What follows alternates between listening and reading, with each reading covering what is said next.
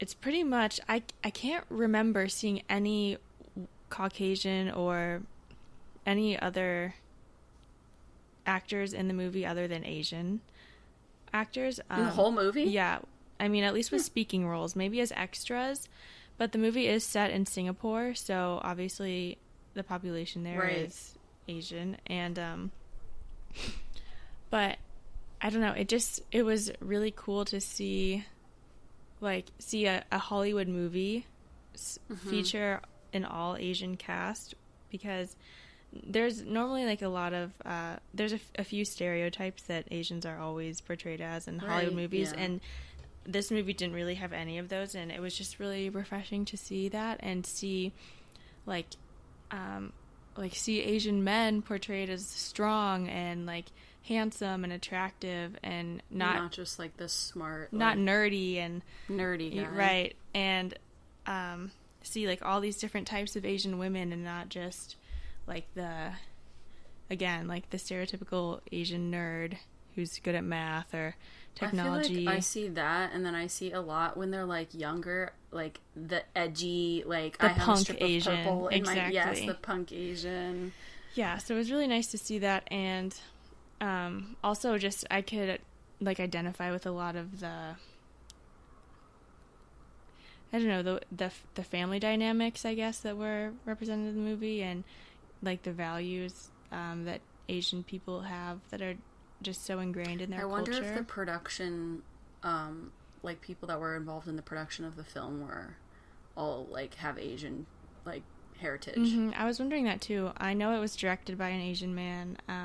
I mean, it would have had to been to get all that stuff. Like, I mean, I guess you can research that stuff, but you can really only get like a true perspective on it if you're actually getting someone who like has experienced that kind of culture and like family life. Yeah, I agree. And so I think probably a lot of the crew were also like the producers and the crew were probably also Asian. But another like film that has come out recently is called To All the Boys I Loved Before on Netflix. I watched that. It was really good. Would recommend. Yeah, it was so cute. And I normally I'm not a fan of romance movies. I guess you could call this like a romantic comedy / I think it's coming of age. I think it's our generation's 10 Things I Hate About You. It's like like a cutesy like high school. You know what I mean? Yeah. Have you ever seen 10 Things I Hate About You? Okay, good. Anyways, what were you saying? But anyway, the main character in that is, her name's Laura Jean, and she is, I don't think in the movie they say her. She's 16. Yeah, she's 16. She's Asian. I don't know her ethnicity. I know that in the movie she's supposed to be half Asian because she has an Asian mom and a Caucasian dad. They're drinking Korean yogurt. Oh, Korean. Okay, so her mom must be Korean. Right. Okay, half Korean, half Caucasian. I literally watched it 2 nights ago. Okay, so perfect. It's all fresh. Yeah, I forgot about that detail. Thank you.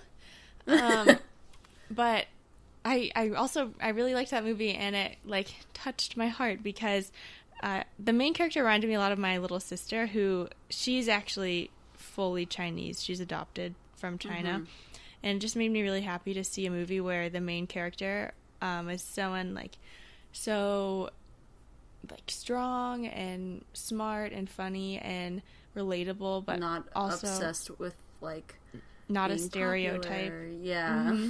But who's Asian, and so it just made me really happy to see that. And so I know my sister watched it too, and she can see someone that looks like her in a movie and like look up to that. The way I see it is like she's a normal teenage character, like in regardless of what she looks like. Exactly. Like there was I like definitely can see that there were no the one thing I have a question about, and I could be wrong, but I didn't know this. The girl who plays her older sister, I can't remember her name now. I know, I don't remember the characters. Margot, yeah. Janelle Parrish. Is she Asian? I think she may be half Asian? I think she may be half. I think she's mixed. She was on Pretty Little Liars. Yeah, I didn't realize that she had Asian heritage. But they like cast her in that role, and I'm like, she looks a lot different than her siblings. Yeah. Well, I also thought the youngest sister, Katie, yeah. I thought she looked pretty Caucasian. But I guess... I mean, it was also like I think it was like... I mean, it was Awesomeness TV that produced it, so it's not like it was like a big studio that produced it. Yeah. I don't know. And it's probably like... I mean, when you are mixed like that, it just depends on... Because I know people who are half Asian, half Caucasian like me, and they look fully Asian, and I know that I don't. Like... And I know that you can tell that I'm mixed, but some people you can't. So I think it just depends. Depends. Mm-hmm. Yeah. So, yeah. I mean, did you ever see the movie The Women? I think it's called The Women. No. Or Women. The Woman. I don't know. But it's a similar concept, and it's the entire movie. There is not a man in it, except for the very end. But it's like one of the ladies gives birth, and it's a baby boy. But throughout the whole film, there's not a single man. Wow. They reference men. There's no extras as men. Like there's no one in the background that's a man. It's so bizarre, but it's very similar to that in that like. They really try and, like, paint a really accurate picture of what it's like to be... They're all, like, middle-aged women with kids and, like, going through divorce and, like, affairs and stuff like that. And it's really interesting that people are starting to do that with other... I'm not saying women are a minority. Technically they are, but you know what I mean. I know what you mean. Yeah. It's nice. I'm really enjoying the media this week, I guess. Okay, so you guys should go. I want to go see Crazy Rich Asians. I just don't have anyone to take me to the movies ever. I would take you to the movies if I was appreciated near you. Irrelevant, but appreciated. Okay, all right. Let's get into this week's conspiracy corner. I haven't used that term since like episode 2. So this month, I think I honestly was watching a Shane Dawson video or something, and he talked about predictive programming. Okay. I had never heard of it, never outright heard of it. I had heard about it in, like, roundabout ways before. And so I'll just, like, basically start with what it is. So predictive programming is a subtle form of psychological conditioning provided by the media to acquaint the public with planned societal changes to be implemented. So basically, like, they put subliminal messaging in different forms of media to try to get you used to, like, a change that is coming. Which is a form of, like, mass manipulation. A lot of people call it, like, mind control, a form of mind. You've never heard of it? Now that you explain it, I think I know what you're talking about. I didn't realize, like, the name of the term for it, I guess. Right. And the whole point is that, yeah, I know, I'd never heard the name of it either, but it makes sense when you say it out loud. And the whole point is to, like, essentially soften the public to an idea that's going to be coming to fruition to, like, reduce resistance and commotion that comes with it.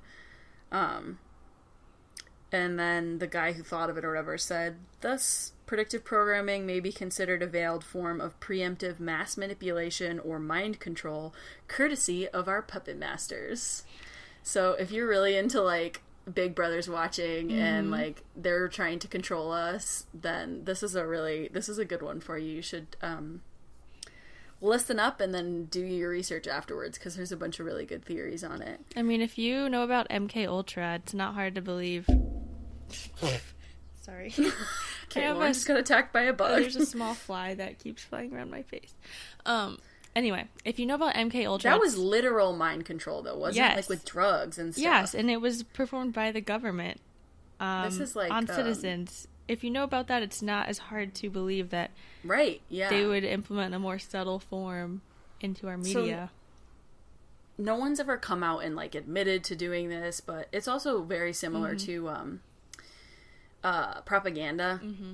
Like, it's a similar form of, like, persuasion, but even though no one's come out and said it, like, there have been clear, obvious signs in the past. So, like, for example, 9/11 references were, like, everywhere from starting in, like, the 80s, I think.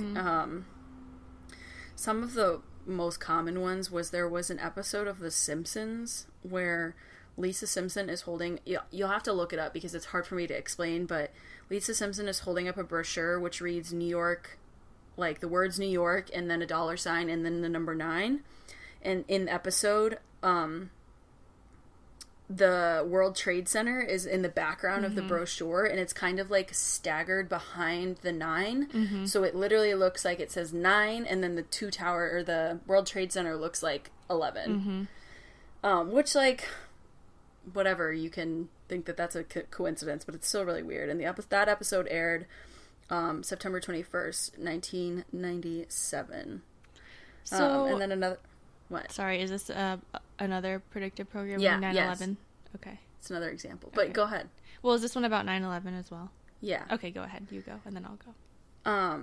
And a lot of people are like, well, then all of the producers and people that put on the television show would have to know about it. But anyways, there's an episode of Family Guy where Peter Griffin drives over Boston Marathon runners, and almost a month later to the day, on April 15th, 2013, the Boston Marathon bombing occurred.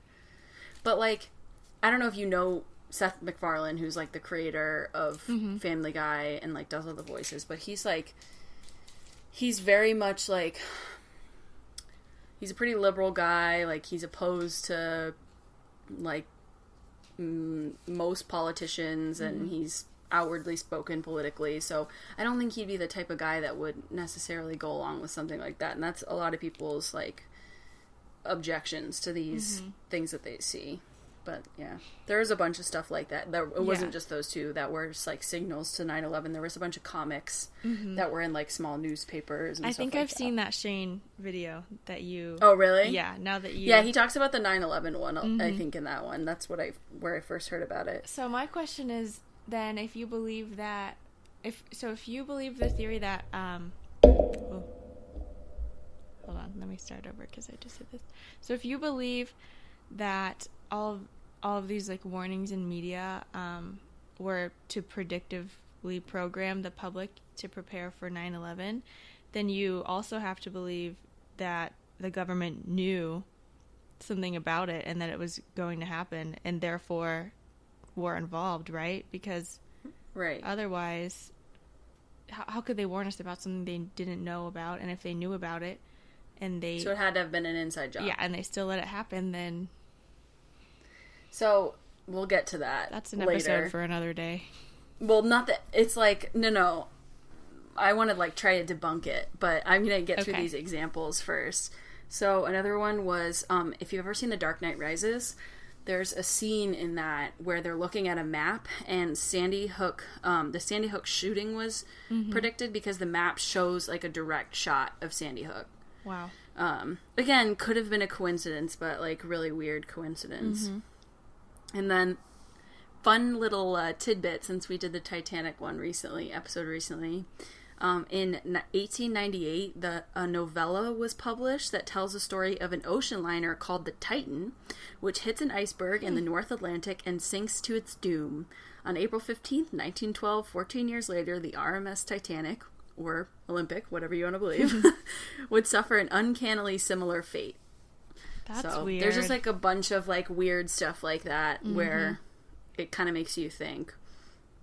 But, even if it was true, like, even if the government was like, subliminally putting these messages into news, into cartoons, into television shows, into books, is it a bad thing?